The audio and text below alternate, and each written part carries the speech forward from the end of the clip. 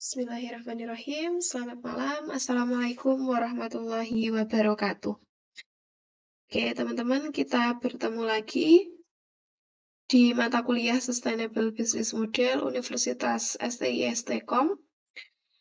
Di mata kuliah kali ini, pada pertemuan ke-13, saya mengingatkan kepada teman-teman untuk tidak lupa melakukan presensi di Siakat, sehingga ketika nanti teman-teman sudah selesai join di kelas ini, teman-teman bisa terhitung absensinya gitu ya, teman-teman.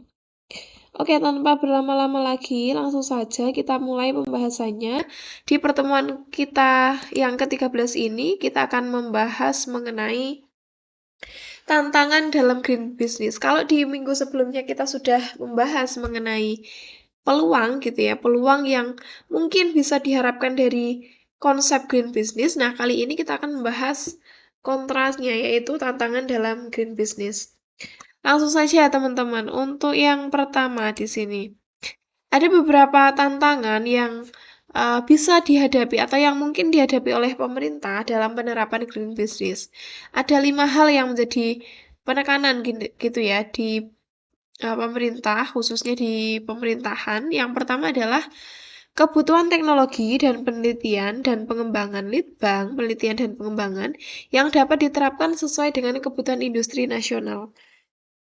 Jadi meskipun green business ini sudah mulai dijalankan, tetapi pada faktanya penelitian dan pengembangan akan adanya industri hijau ini masih sangat minim, sehingga di sini pemerintah perlu mengadakan upaya-upaya untuk memperbanyak gitu ya penelitian dan pengembangan di bidang industri hijau. Yang kedua, tantangan yang kedua yaitu masih banyaknya industri yang menggunakan teknologi absolut. Artinya penggunaan teknologi ini mutlak dilakukan sehingga dibutuhkan restrukturisasi proses dan permesinan untuk meningkatkan efisiensi produksi. Nah, meskipun sudah digalakkan mengenai konsep green business, tetapi kebanyakan perusahaan itu masih atau kebanyakan industri itu masih menggunakan teknologi secara mutlak ya, secara absolut tanpa memperhitungkan atau mempertimbangkan adanya alternatif-alternatif lain terkait dengan proses industri hijau begitu. Jadi selain penggunaan permesinan di sini memang ketergantungan terhadap teknologi yang mutlak itu masih sangat kuat begitu ya. Jadi perlu adanya restrukturisasi proses dan permesinan. Kalau ini dilakukan, restrukturisasi proses dan permesinan dapat meningkatkan efisiensi produksi. Nah, selanjutnya ada tantangan yang ketiga yaitu suku bunga bank komersil masih tinggi dan terbatasnya industri permesinan nasional untuk mendukung perkembangan industri hijau. Nah, kenapa di sini terkait dengan masalah ekonomi ya, terkait dengan suku bunga bank komersil ya. Nah, biasanya kalau perusahaan itu mulai beralih dari industri konvensional menuju kepada industri hijau atau green business, maka di sini perlu adanya yang tadi yang namanya litbang ya, penelitian dan pengembangan. Hal ini tentu akan membutuhkan biaya tambahan, artinya biaya operasional atau biaya R&D itu menjadi meningkat. Nah, kalau misalnya perusahaan tidak siap akan biaya yang timbul akibat penerapan green business, maka mau tidak mau, maka perusahaan itu harus pinjam uang ke bank. Nah, padahal faktanya suku bunga di bank itu masih relatif tinggi, di mana suku bunga bank ini biasanya cenderung tinggi apabila diberikan kepada industri, begitu. Selanjutnya, tantangan yang keempat yaitu belum adanya insentif yang mendukung pengembangan industri hijau. Jadi meskipun sudah banyak yang menggalakkan terkait dengan green business, green industry, tapi faktanya mungkin masih belum ada insentif atau bonus gitu ya bagi karyawan-karyawan yang memang dia itu sudah ahli di bidang industri hijau. Sehingga di sini ya seperti kurang menarik begitu. Yang terakhir di sini tantangan yang kelima adalah kerjasama yang intensif dengan berbagai negara, organisasi internasional, dan lembaga pendanaan untuk mendapatkan akses bantuan teknologi pendanaan. Nah, khususnya di Indonesia gitu ya, mungkin kalau secara perusahaan dengan perusahaan internasional gitu ya, perusahaan nasional dengan internasional mungkin sudah terjalin hubungan. Tetapi terkait dengan aturan atau regulasi, bagaimana menjalin kerjasama dengan organisasi internasional atau industri internasional itu mungkin belum ada.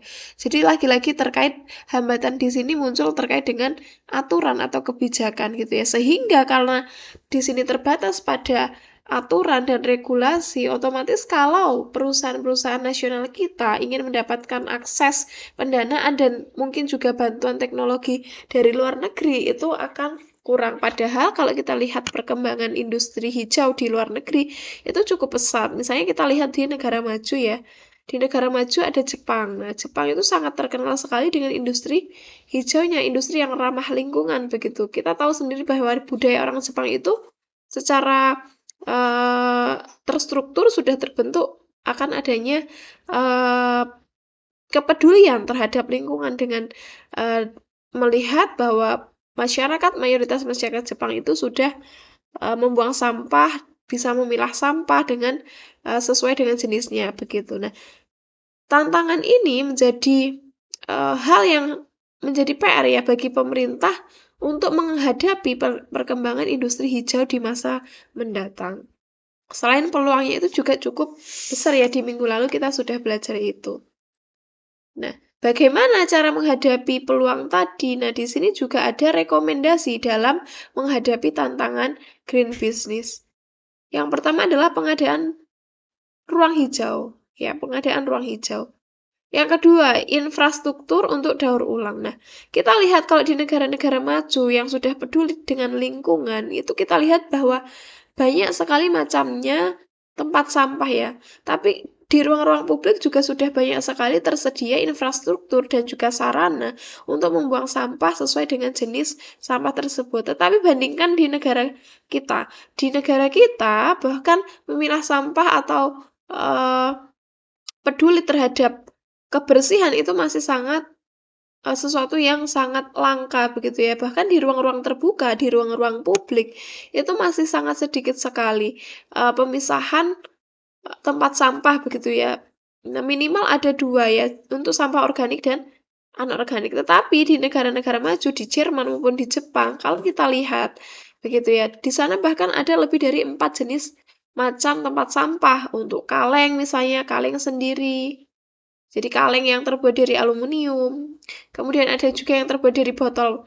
Nah, botol itu kan banyak ya, ada botol kaca. Nah, di sana itu sudah dipisah secara masing-masing sesuai dengan jenis bahan bakunya begitu. Tetapi kalau di negara kita, infrastruktur untuk daur ulang bahkan untuk pengadaan ruang publik hijau itu masih sangat kurang, masih sangat minim sekali. Apalagi kita lihat bahwa ketika ada tempat pembuangan akhir sampah itu, sampah-sampah di negara kita itu masih sangat menggunung dan itu semuanya bercampur menjadi satu.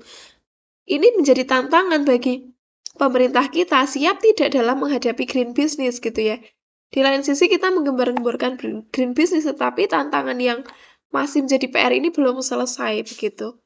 Yang selanjutnya, rekomendasi yang ketiga adalah standar keberlanjutan yang relevan. Nah, lagi-lagi terkait dengan standar ya, aturan. Bahwa ketika nanti perusahaan di Indonesia misalnya sudah mulai menerapkan green business, apakah sudah ada aturan mengenai keberlanjutan ya, sustainable ke depan gitu ya, yang relevan, yang siap dengan misalnya program atau proses 5-10 tahun ke depan itu green business-nya atau arah dari green business itu mau dibawa kemana gitu ya. Nah, yang terakhir adalah rekomendasi mengenai R&D ya, jadi Research and Development, penelitian dan pengembangan bahan dan bahan kimia baru, serta akses terhadap informasinya.